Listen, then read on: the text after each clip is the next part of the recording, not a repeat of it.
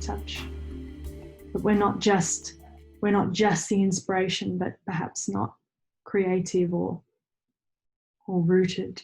And we're not just rooted and solid, but without the flexibility and the capacity to leap out and be a flame if we are called to. And we're not just mind or clear or refined as what we could refer to as air, perhaps. It's the other masculine, slightly more formless, slightly more adaptable. It's kind of hard to hold together a self-concept with so many changing. It becomes aspects. Impossible because they're inherently, these elements are contradictory. And that's if you get to the point where you cannot fathom your own contradictions, you cannot seem to make sense of the fact that you can be this way in this situation and this way 1 minute and this way tomorrow. And when your mind's going, what the hell, who the fuck am I? That's when you know you're at a good place, because the mind's really just at that point where it can, I don't know, I'm everything. I seem to be everything. It just breaks you out. I seem to be a verb. Yes, it's the wise Buckminster Fuller.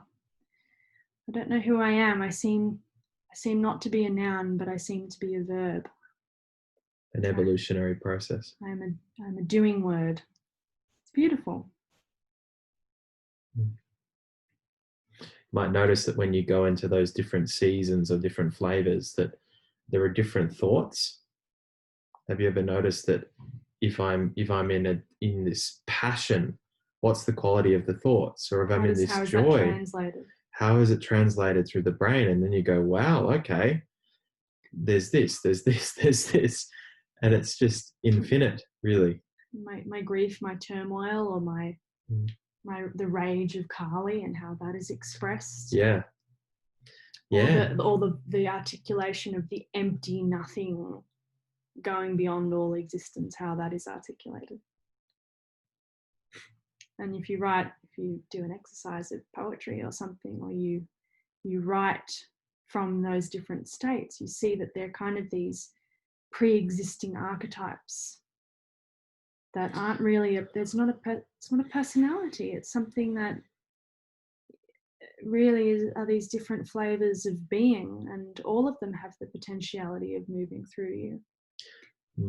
And we often feel that the humanity, we've learned that it's not divine, and yet actually the human being is one of the most incredibly, it's so epic to be a human being, because we are one form, we appear to be one body, and yet we get to be one body and allow the myriad of archetypes to take shape through us. Archetypes that's a good word. Yeah. And it's not that the archetypes are something as a concept, again, the words are just words, but they are these different qualities of being. And what happens when we become so fluid and dynamic and so trusting of all those different aspects of the way life can move through us, and we're so integrated with them that we can sense like, oh, okay, here's some Kali coming up here, and then but what's needed though is the pushing out of whatever that structure was that kept us in this narrow frame of me. So it could be I'm in this narrow frame of me, and there's a certain quality or qualities to that, but then I start to open up that, and then, as Risa's saying, everything then comes through.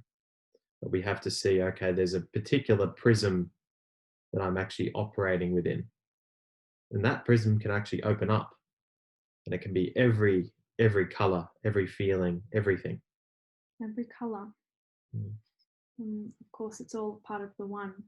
And you see a ray of light, and you pierce it through the prism of the diamond, and then there it is. The 7 colors right there. And it just so happens that for a lot of people, there's particular qualities of light that are locked in trauma.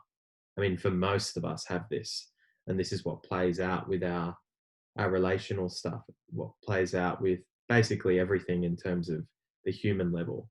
But really what that is just one or two or whatever qualities of light just locked in, much like if you were to see that, you know, there's the projector reel, there's a you know, you put the film in and then it projects out onto the black, onto the screen, the bare reality.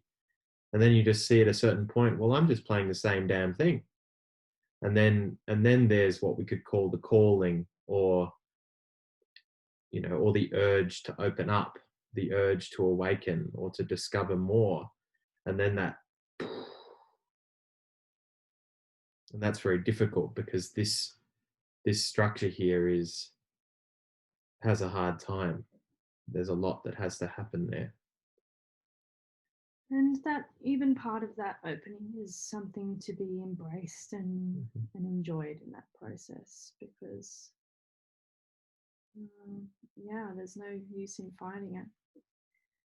And so as you sense in for yourself, you might think, okay, the elements, the seasons, and it's not about finding an answer, but perhaps you can maybe sense, oh yeah, I'm really well integrated with my water, or yeah, maybe I can feel that there's fire on the horizon, or maybe there's something of these air qualities that are being invited into being now. Or well, certainly for me, I mean, when James and I met, it was just fire, and then it was just being rubbed down and rubbed down and rubbed down into the surrender, into that water process, into the feeling of the feelings, into the crashing in, getting, you know, taken up by the deep unconscious as a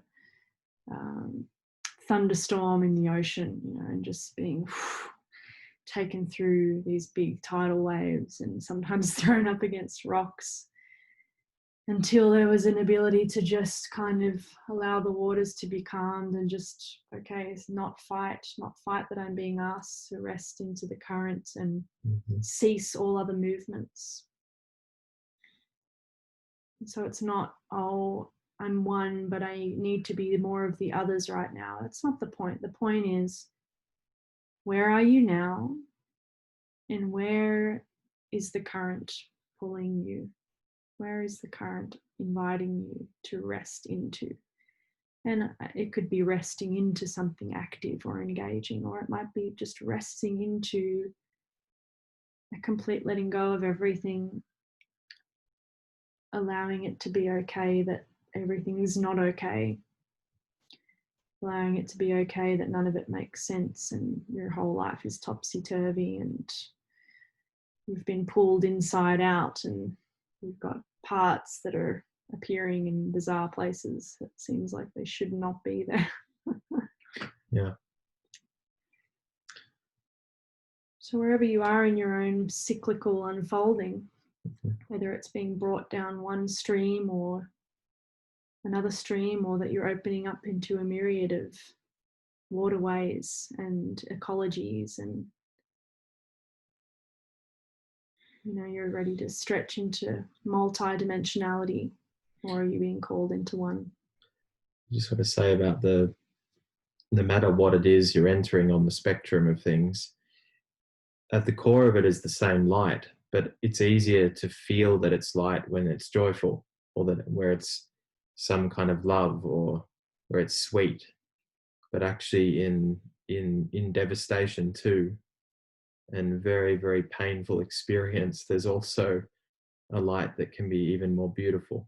So there's this one light that cracks through everything, even joy, even whatever, you know, either side. It's always there.